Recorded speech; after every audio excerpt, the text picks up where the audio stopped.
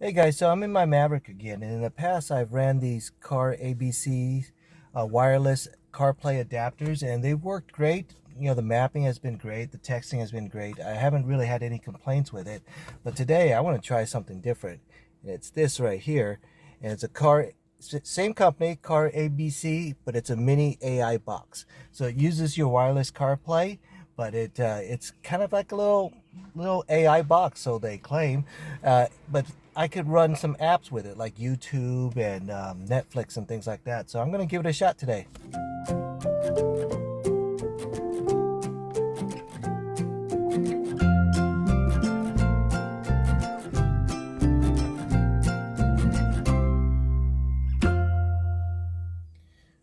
Okay, so this is the previous CarABC wireless CarPlay dongle. And again, you know, I had it up here and it tucked away real nice. You can't really see it, but today I want to try this guy. So let's open up this box and give it a shot. So it says it's compatible with Android and Apple, Android Auto. So I have an iPhone, so I could only test it on that.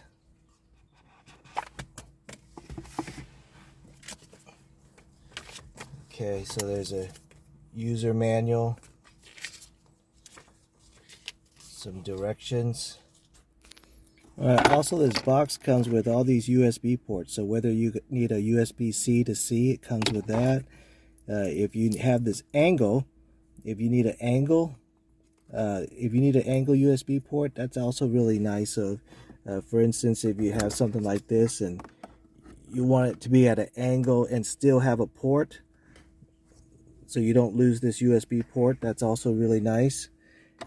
And here you have a USB-A to USB-C. So if you want to just use the A, you could, for my Maverick, I could use either of these ports, the A or the C up here. So anyways, it gives you all the cables you need for whatever option you want to use.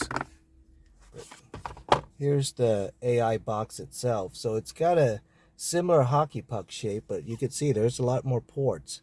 There's an SD card port, and looks like there's a micro SD port, and even what I think is like a GSM type port. That's interesting.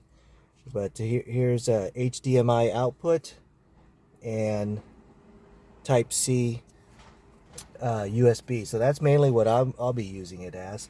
But here's the size of the new puck, and it's bigger than the old puck. So again, mine will tuck away underneath. So either size is okay with me because it's going to be tucked away. But let's give it a shot.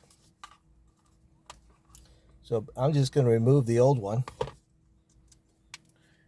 plug in the new one, and see how that goes. I'll just leave it here for now.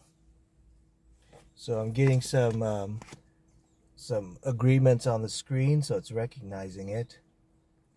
And now it's turned yellow.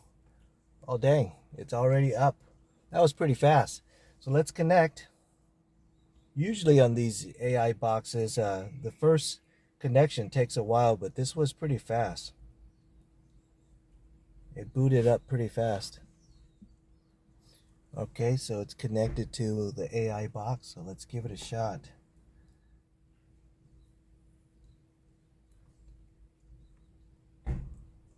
Alright, so I think this is the CarPlay option. Okay, so this is just standard CarPlay if that's what you want. Let's see. So here, if you want to go back to this screen, that's the button you push to get to the home screen. And from here, you could access other things. Let's see what else there is. Okay, so here's YouTube. That's pretty cool. Play Store, Google. Oh, that's YouTube Music. This is regular YouTube. Google. Wow, that's pretty cool. There's a web browser on here too. Let's see. Netflix, Hulu.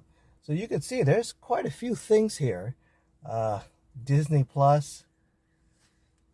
So it's way more than just CarPlay. It's CarPlay plus a bunch of these apps and things like that. So I'm going to spend some time fiddling around with these things and seeing what cool things I could run here. But in particular, if you're looking for Netflix or YouTube or something, this is going to be a pretty good box to give you some entertainment. There's Hulu, Disney Plus. So if you got kids, man, this might be the ticket for you. So if you want to be able to use YouTube or something, of course, you're going to need a Wi-Fi connection, and you could either tether it with your phone, or, you know, if you're near your house or some other Wi-Fi, you could connect to the Wi-Fi, of course. But you do need to get Wi-Fi connection. So that's the AI box is not going to give you a Wi-Fi connection. You have to provide that yourself, of course. All right, so I think I'm going to keep playing with this, and I think I'm going to have some fun with it. You're going to want to update the Netflix, but you get the point. Pretty cool. But let me show you how I'll install this little thing. Okay, so this puck right here, what I'm going to do is underneath I have some Velcro that I used for the old one, and I'm going to use the same thing. Just use some Velcro.